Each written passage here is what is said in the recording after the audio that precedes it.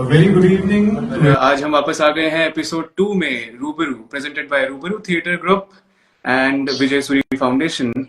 आज हमारे साथ हैं एक ऐसे शख्सियत जो थिएटर को आगे बढ़ाने में बहुत योगदान कर रहे हैं। आज के डेट में जो आने वाली पीढ़ी है उनको एक्टिंग के बारे में सिखाना और थिएटर के बारे में बताना बहुत बड़ी बात होती है। 100 से भी ज्यादा नाटकों में काम किया है। टेलीविजन धारावाहिक मेरे साई में इन्होंने अभिनय भी किया है, कई नुक्कड़ नाटक भी किया है। दोस्तों, मैं बात कर रहा हूँ हिम्मत सिंह नेगी जी के बारे में। सर, मेरा सबसे पहला सवाल आपसे ये रहेगा, कैसे हैं आप? How are you? सबसे पहले तो रूबरू और रूबरू की पूरी टीम, काजल जी, जसकिरण जी और स्पर्श, आपको भी मेरा आज शुभ संध्या नमस्कार। थैंक यू काजल जी। और जो भी दर्शक सुन रहे हैं अभी, उन सभी को मेरा बहुत बहुत नमस्कार। और मैं बहुत अच्छा हूं और बहुत अच्छा अनुभव कर रहा हूं आज रूबरू के पेज पर आपसे गुफ्तगू करके। बहुत बढ़िया सर, बहुत बढ़िया। और सभी से मैं ये भी कह दूं कि यहाँ पे आप तालियां बजा नहीं सकते हो, लेकिन हाँ, ये जो हार्ट्स हैं आप जो भेज रहे हैं वो जरूर आप लगातार भेजते रहिए, बहुत अच्छा लगता है। अच्छा सर, सबसे पहले थिएटर में एक करियर बनाना बहुत खूबसूरत बात होती है, मगर साथ ही चैलेंजेस भी आते हैं। और आज आप बहुत लोगों के थिएटर जर्नी का एक हिस्सा हैं, बच्चों को आप सिखाते हैं। सर, मैं आपसे पूछना चाहूंगा, आपकी जर्नी कैसे शुरू हुई और आपने कैसे थिएटर में अपने कदम बनाए? हम्म स्पर्श, बहुत महत्वपूर्ण सवाल पूछा है और ये बहुत अच्छा सवाल आपने पूछा। मैं सबसे पहले ये बताना चाहूंगा कि कोई भी काम अगर आप शिद्दत से करते हैं तो वो काम और वो कला आपको कभी निराश नहीं करती। जैसे जब हमने थिएटर में करियर बनाने के बारे में सोचा या थिएटर करने के बारे में सोचा, तो चुनौतियां आज के समय से भी बहुत ज्यादा थी। मतलब उस समय आपके लिए थिएटर में काम करना और ज्यादा मुश्किल था और साथ ही थिएटर से अपनी आजीविका कमाना और भी ज्यादा मुश्किल था। लेकिन हमें था कि अगर आपकी मंशा बिल्कुल सही है ना, तो रास्ते निकलते हुए चले जाएंगे। तो जहां तक मेरी जर्नी का सवाल है, मेरी जर्नी वो रामलीला के मंच से ही शुरू होती है, जिसमें मैंने कभी अभिनय तो नहीं करा, लेकिन रामलीला देख के मुझे बहुत मंत्रमुग्ध करते थे वो किरदार। राम, लक्ष्मण, भरत, शत्रुघ्न, हनुमान, और जिस तरह की अदायगी होती थी उसमें, जिस तरह का संगीत होता था, जिस तरह की लाइव परफॉर्मेंसेज होती थी, और एक रामलीला को देखने के लिए हजारों लोग होते थे और वो क्या भाव विभोर होकर उसको देखते थे। तो वहां से मुझे लगता है परफॉर्मिंग आर्ट का जो बीज आरोपण मेरे जीवन में हुआ होगा, तो वो वहां से हुआ था। हालांकि एक बड़ी मजेदार बात यह कि कभी मैंने रामलीला में अभिनय नहीं किया, कभी काम नहीं किया, लेकिन मूल रूप से रामलीला में काम किया। उसके बाद मैं स्कूल में, देव समाज स्कूल है एक नेहरू नगर में, वहां पर थिएटर किया करता था। वहां पर हमारे मनोज मदान सर थे, वो थिएटर के टीचर थे, तो वो थिएटर करवाते थे हमको। उसके बाद मैं स्कूल में, कॉलेज में पहले मैं वेंकटेश्वर कॉलेज की ड्रामेटिक सोसाइटी के साथ जुड़ा। उसके बाद रंगायन, जो ARSD की ड्रामेटिक सोसाइटी, उसके साथ जुड़ा। उसके साथ जुड़ के मैंने बहुत प्रोफेशनल काम किए। उसके अलावा फिर मैं बाहर प्रोफेशनल थिएटर करने लगा, अलग अलग निर्देशकों के साथ, नेशनल स्कूल ऑफ ड्रामा के निर्देशकों के साथ भी और अन्य निर्देशकों के साथ भी मैं अपनी इस जर्नी को शुरू कर दिया मैंने। और उसके साथ साथ मैं थोड़ा थिएटर की टीचिंग भी करने लगा, बच्चों को भी सिखाने लगा, बच्चों के साथ इंटरेक्ट करने लगा। बाल रंगमंच में भी मैंने काम करना शुरू किया और फिर कॉलेज के स्टूडेंट के साथ काम करना शुरू किया। और अभी फिर उस जर्नी में यहां तक आते आते मैं अभिनेता, निर्देशक और एक तरह से प्रशिक्षक के तौर पे भी काम कर रहा हूं। बहुत खूबसूरत सर, आपने जितने भी चीजें कही हैं, रामलीला देखने से लेके स्कूल में थिएटर करने, आप भी काफी लकी हैं सर, क्योंकि हमारे स्कूल में कभी थिएटर को लेके ऐसे टीचर्स आज भी शायद उतने हैं नहीं, लेकिन बहुत बड़ी बात होती है अगर हमारे स्कूल में भी ऐसे मेंटोर होते, अगर हिम्मत सर जैसे हमारे स्कूल में भी होते, तो आज हमारी क्लैरिटी, हमारी अंडरस्टैंडिंग भी बहुत अच्छी होती। और एक कांस्टेंट जो लगन और इच्छा होती है किसी भी चीज को करने की, वो आपको हमेशा सक्सेस देगा ही देगा। तो कैसा एक्सपीरियंस रहता है सर आपका बच्चों के साथ? आज बच्चे इंटरेस्ट लेते हैं, उनको कैसा लगता है कि थिएटर भी एक चीज है जो स्कूल में किया जाता है? स्पर्श, मैं बहुत महत्वपूर्ण बात बताऊं। सबसे पहले तो जितने भी दर्शक जुड़े हैं, 2-4 मेरे स्टूडेंट भी जुड़ गए हैं, अदिति भी जुड़ गई है ना, कन्नू भी जुड़ा हुआ है, मेरे काफी स्टूडेंट ऑलरेडी जुड़े हुए। मैंने उनको नहीं कहा कि जुड़ जाना, लेकिन शायद हाँ, ये इस कन्नू ये बोल रहा ना अद्भुत, तो ये मेरा स्टूडेंट है, ये अपने आप जुड़ गए, वो जुड़ी हो गए। आशना खन्ना भी है, हाँ, तो सभी लोग जुड़ गए। तो ये जो जितने भी लोग जुड़े हैं ना, ये इसीलिए जुड़े हैं कि इनको थिएटर में एक होप और एक स्ट्रेंथ दिखाई देती है। और मैं आपको बताऊं कि जब भी मैं किसी कॉलेज में या किसी स्कूल में जाता हूं तो ये होता है कि सबसे ज्यादा जो फेवरेट टीचर होता है वो ड्रामा का टीचर होता है। जी। उसका कारण ये है कि वो कन्वेंशनल मेथड से हटकर एक तो टीचिंग कराता है, दूसरा बच्चों के स्टूडेंट्स के भावों को समझता है, उनकी रिक्वायरमेंट को समझ के वो काम करता है, उनकी रिक्वायरमेंट को समझने के साथ साथ जीवन में जो जरूरी तथ्य हैं वो बताता है। मैं टीचर्स जो ट्रेनी टीचर्स होते हैं उनके साथ भी काम करता हूं कि भाई एजुकेशन में थिएटर को कैसे जोड़ा जा सकता है।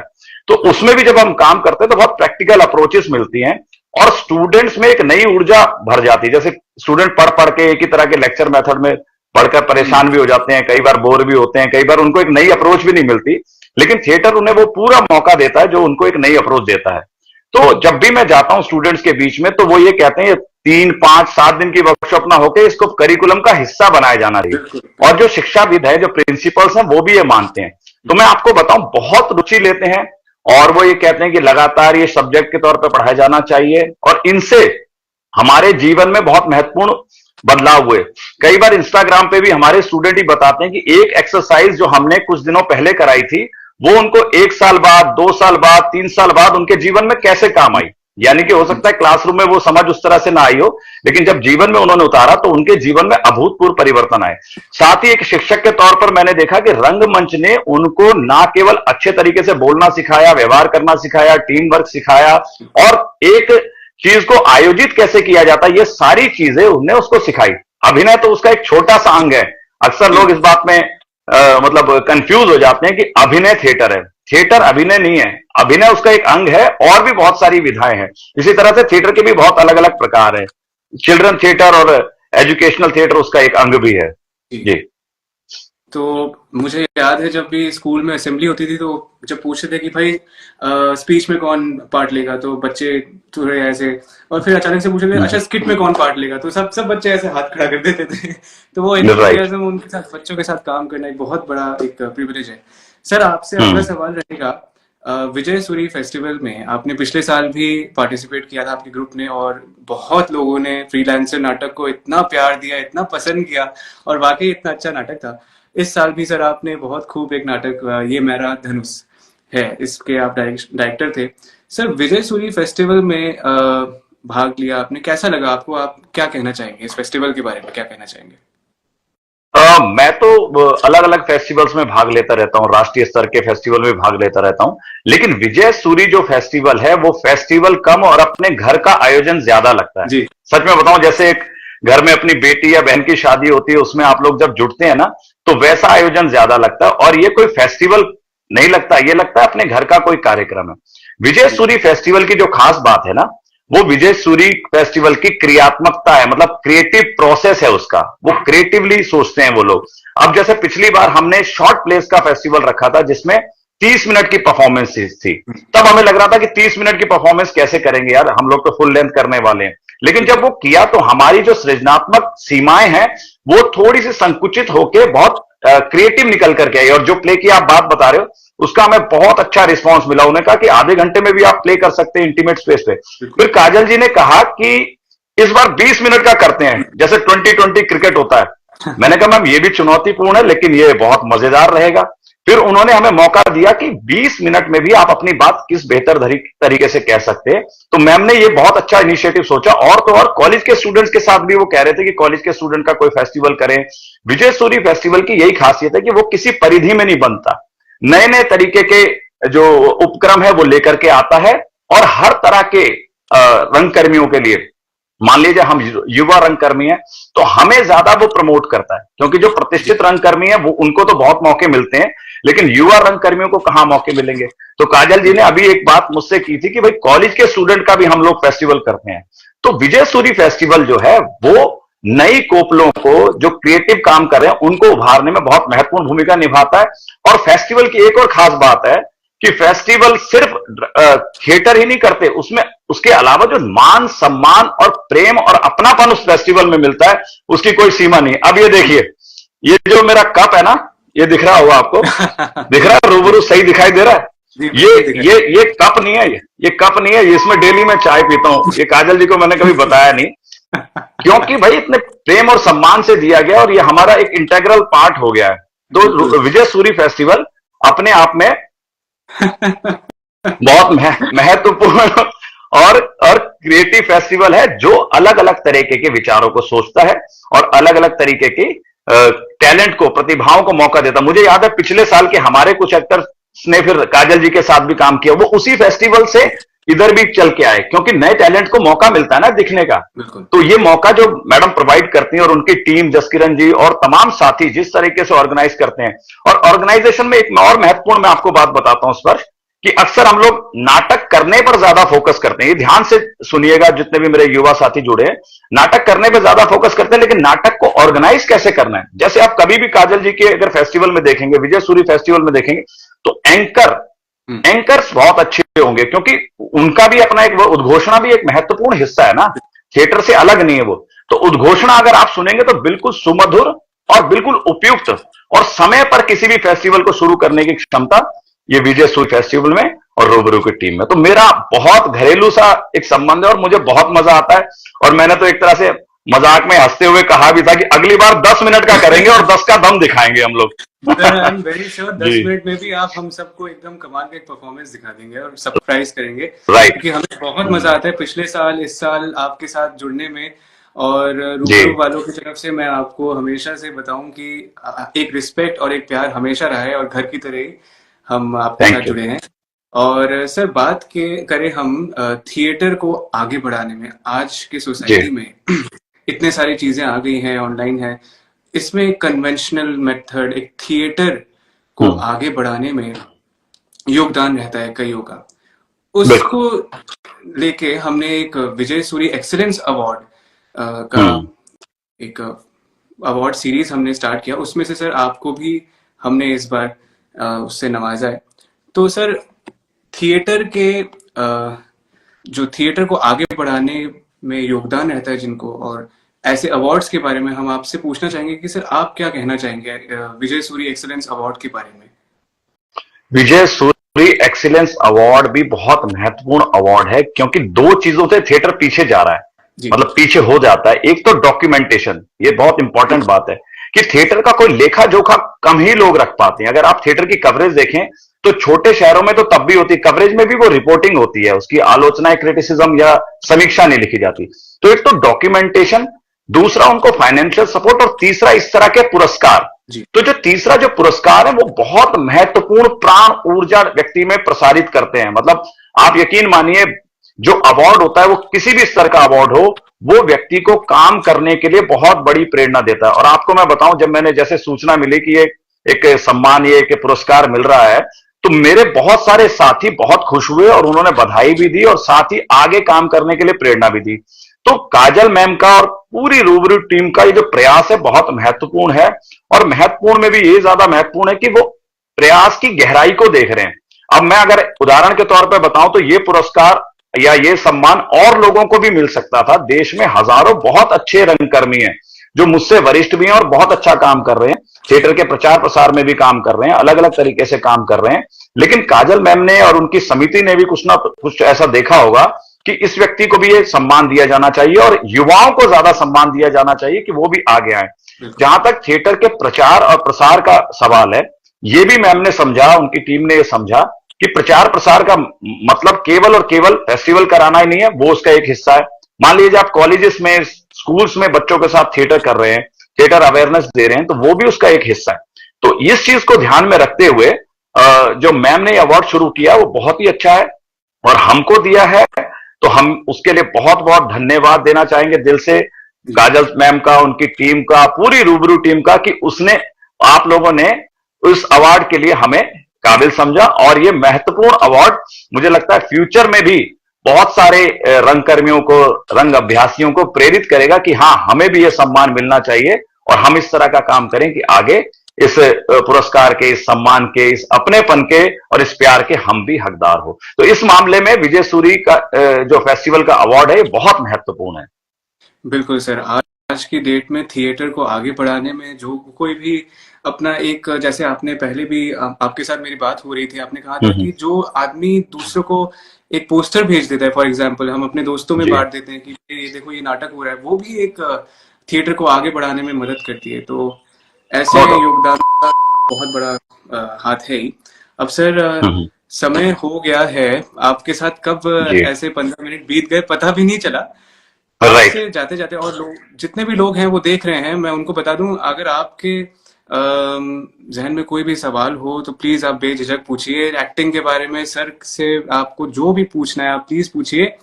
एंड सर मैं आपसे एक और लास्ट में एक मेरा पर्सनल सवाल है एक्टिंग हम्म, से रिलेटेड। आपको थिएटर में एक कहावत है कि कोई भी रोल छोटा नहीं होता, एक्टर छोटा हो सकता है लेकिन रोल कभी छोटा नहीं होता। सर मैं बिल्कुल इस ठीक बात। चीज से मतलब मैं कभी मतलब पहले समझता नहीं था लेकिन अब मुझे ये चीज समझ में आई। आप क्या कहना चाहेंगे इस फ्रेज के बारे में, there are no small roles only small actors, इसके बारे बहुत में सही। क्या कहना चाहेंगे आप? इसको मैं दोनों तरीके से बता सकता हूं। ये बात सुनने में तो लगता है कि यार एक हौसला देने के लिए कही गई बात है ये, हाँ हाँ। लेकिन ये बात बिल्कुल सही है, क्योंकि किरदार किरदार जो भी करें आप, सपोज कि एक 40 वर्ष के व्यक्ति का किरदार कर रहे हैं, तो जब आप उस किरदार को कर रहे हैं तो उसके पूरे जीवन के किरदार को कर रहे हैं ना आप। उसका एक 5 मिनट का तो जो सीन है वो नहीं कर रहे, उसकी पूरी जर्नी को आप कैरी कर रहे हैं, तो यानी कि उसका जो पूरा जीवन वृत्त है वो आप दिखा रहे हैं। पहली बात तो मतलब एक तरह से प्रैक्टिकल वे में यही एक सच्ची बात है कि भाई वो किरदार के पूरे जर्नी को आप दिखा रहे हैं, तो किरदार छोटा और बड़ा क्या होता है, उसकी तो अपनी जर्नी है ना। तो उसकी जर्नी है तो उसको आपको निभाना है। दूसरी बात अगर आप देखें तो एक सदमा फिल्म आई थी, सदमा फिल्म में श्रीदेवी का बहुत महत्वपूर्ण रोल था, मतलब श्रीदेवी का बहुत चैलेंजिंग रोल था। लेकिन उस, अगर मैं गलत नहीं हूं तो उस फिल्म के लिए नेशनल अवार्ड मिला था कमल हसन सर को, क्योंकि उन्होंने अंडर प्ले किया था। बहुत ज्यादा उनके डायलॉग्स नहीं थे, बहुत ज्यादा उनका एक तरह से मेन रोल नहीं था, लेकिन उनके उस अभिनय की वजह से उनको वो किरदार के लिए बहुत महत्वपूर्ण वो मिली थी। अगर एक और चीज आप देखें तो बहुत सारी फिल्म आती, जैसे रन फिल्म आई थी। रन फिल्म में विजयराज सर का जो कौवा बिरयानी वाला दृश्य है, क्या जी कोई भूल सकता है उसको? जी आप नहीं। बताइए। चलिए इसको मैं सीधा सीधा पूछता हूं। पूरी फिल्म एक तरफ है, पूरी फिल्म के बारे में उतनी चर्चा नहीं हुई, अभिषेक बच्चन जी के बारे में उतनी चर्चा नहीं, और आर्टिस्टों के बारे में उतनी चर्चा नहीं हुई, लेकिन वो कौवा बिरयानी वाला दृश्य लोगों के मस्तिष्क में मतलब घर कर गया। इसी तरह से एक नहीं हजार में उदाहरण दे सकता हूं। जी आपका काम के प्रति अप्रोच क्या है? छोटे छोटे रोल करना, छोटे छोटे मैं लेंथ के हिसाब से कह रहा हूं कि जी छोटे छोटे रोल करना ही बहुत महत्वपूर्ण रोल है। अगर मेरे से आप पूछे तो मैं चाहूंगा इस तरह के छोटे रोल करना। मैंने जी मुख्य भूमिकाएं भी निभाई हैं, लेकिन छोटे छोटे रोल्स मैंने ज्यादा इंजॉय किए। फॉर एग्जाम्पल एक प्ले था माधवी, अब उसमें एक दृश्य था देवोदास का, अगर आप पढ़ेंगे तो आपको पता चलेगा। मैंने जब वो प्ले पढ़ा था मैंने कहा मुझे नहीं करना कोई और रोल, मुझे ये माधवी का देवोदास का रोल करना है, क्योंकि इसके पास है बहुत सारी परिधियां।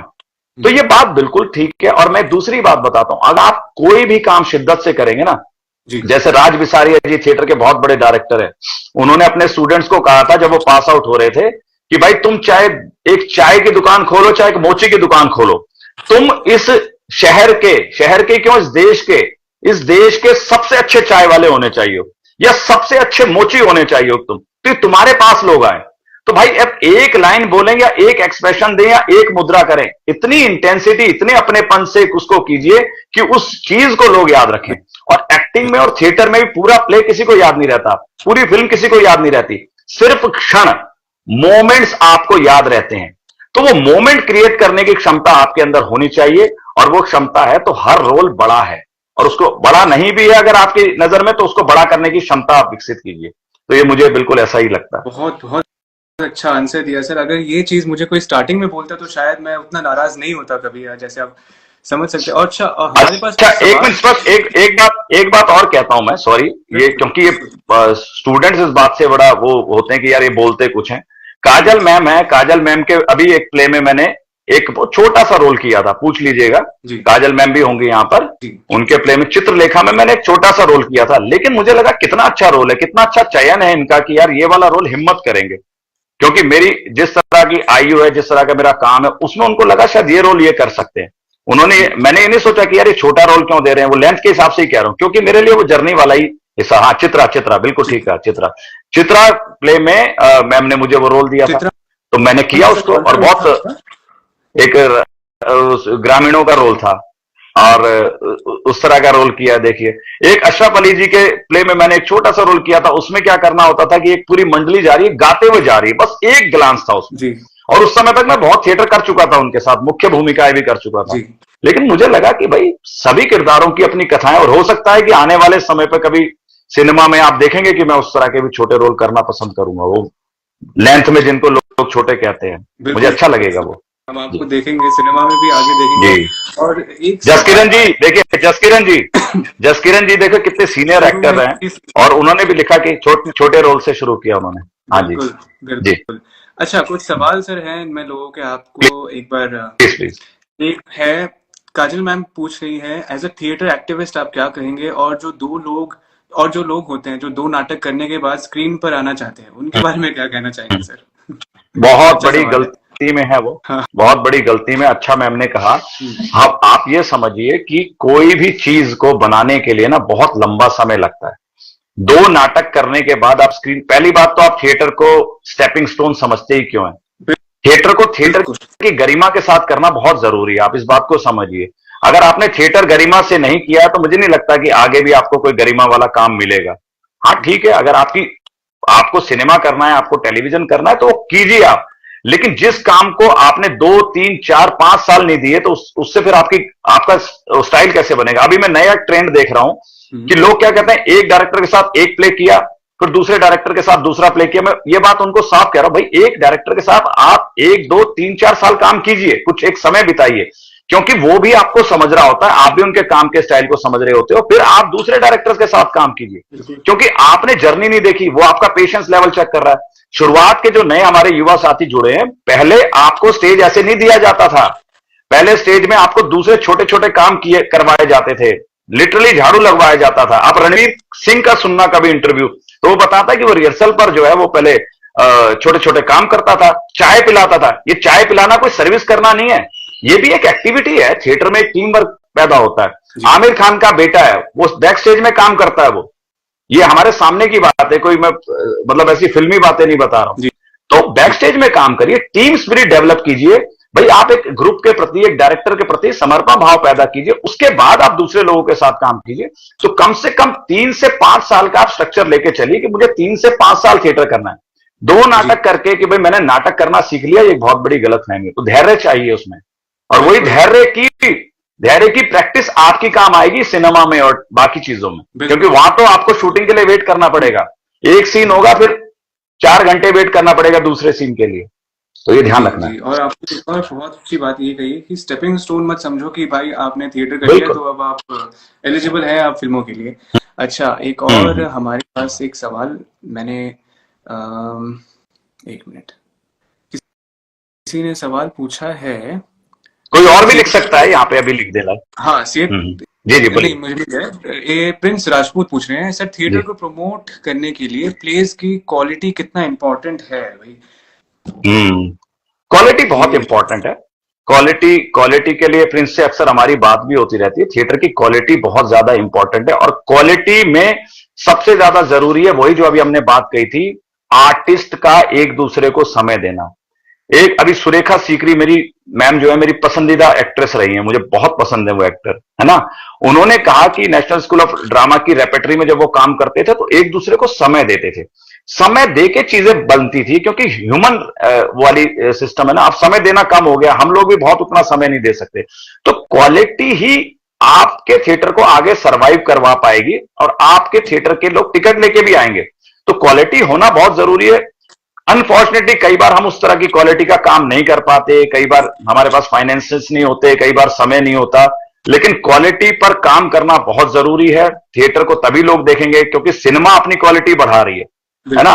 बिल्कुल वेब सीरीज वाले अपने क्वालिटी बढ़ा रहे हैं। इवन मैं आपको सच बताऊं तो यूट्यूबर तक अपनी क्वालिटी बढ़ा रहे हैं। तो जब सब लोग अपनी क्वालिटी बढ़ा रहे हैं, तो थिएटर वाले क्यों नहीं क्वालिटी बढ़ानी चाहिए उनको? हाँ ठीक है, वो किसी कारणों से वो उतनी नहीं बढ़ पा रही है जो भी, लेकिन बढ़ाना बहुत जरूरी है। और हाँ बिल्कुल ठीक कहा ma'am, she was so amazing actor. तो वो क्वालिटी बढ़ेगी एक दूसरे को समय देके, रिहर्सल पर टाइम देके। जैसे क्रिकेट में कहते हैं या फील्ड में कहते हैं ना, जितना पसीना आप प्रैक्टिस में बहाएंगे, उतना कम पसीना आपको फील्ड पे बहाना पड़ेगा। फील्ड में हमारा तो थिएटर में भी रिहर्सल में टाइम दीजिए भाई। जी आज के एक्टरों को सुनते हैं भाई, कहते हैं टाइम नहीं है, टाइम नहीं है। अब मेरे पास कई बार टाइम नहीं होता, मैं साफ मना कर देता हूं कि मैं नहीं कर पा रहा हूं। कई बार काजल मैम भी कहते हैं हमारे साथ, मैं कहा अभी मैं नहीं कर सकता, क्योंकि मुझे पता है कि वो काम होगा टाइम देके ही। तो टाइम देना बहुत जरूरी है जी। जी, बिल्कुल, बहुत अच्छा लगा सर आपसे आज बात करके, और मुझे सही सही मायने में पता भी नहीं लग रहा कि कब समय इतना भाग रहा है। मैं ऊपर घड़ी देख रहा हूँ, ये कब हम्म, 7 बजे थे और अभी आधा घंटा भी हो गया आपसे बात करके। काफी कुछ जी सीखने को मिला, और मैं इसी के साथ आज एपिसोड 2 रूबरू जी विद हिम्मत सर जी के साथ समाप्त करता हूँ। और कोई अगर सवाल है तो आप पूछ सकते हैं, लेकिन बहुत कुछ सीखने को मिला। एंड मैं आशा करता हूँ आगे आने वाले फेस्टिवल्स में भी हम आपसे ऐसे ही जुड़े रहेंगे, और आपके कमाल के जो प्रोडक्शंस हैं उसका हम आनंद उठाएंगे। जी। अ, तो धन्यवाद जी करने जाने से पहले मैं भी धन्यवाद कर दूं जितने भी दर्शक मेरे साथ जुड़े थे, जसकिरण जी, काजल जी, आशा खन्ना जी, है ना, कुश जी, और जितने भी लोग हैं, प्रिंस हो गए, है ना, और भी जो हमारे दर्शक जुड़े थे, अदिति, और तमाम लोगों को, रूबरू की पूरी टीम को, कि उन्होंने देखो एक और मौका हमको दिया यूट्यूब लाइव से। टेक्निकली भी हम लोग जुड़ रहे हैं, तो जुड़ रहे हैं ना। तो रूबरू का, काजल मैम का, और उनकी पूरी टीम का, और विजय श्री फाउंडेशन का भी बहुत बहुत धन्यवाद, और स्पर्श तुम्हारा भी बहुत बहुत धन्यवाद कि तुमने इतने अच्छे तरीके से इस चर्चा को बढ़ाया, और बहुत अच्छा लगा मुझे भी। और रूबरू के साथ हम आगे भी फ्यूचर में इसी तरह के इनिशिएटिव करते रहेंगे। टीम रूबरू को बहुत बहुत धन्यवाद। बहुत बहुत शुक्रिया सर, आज मजा आ गया। Thank thank you so much, और यू। गुड इवनिंग जितने भी लोग आज देख रहे हैं। हमारे साथ जुड़ने के लिए बहुत बहुत शुक्रिया। इसी के साथ एपिसोड 2 समाप्त करते हैं। नमस्कार। बहुत बहुत धन्यवाद। Thank you. Thank you sir. Thank you. रूबरू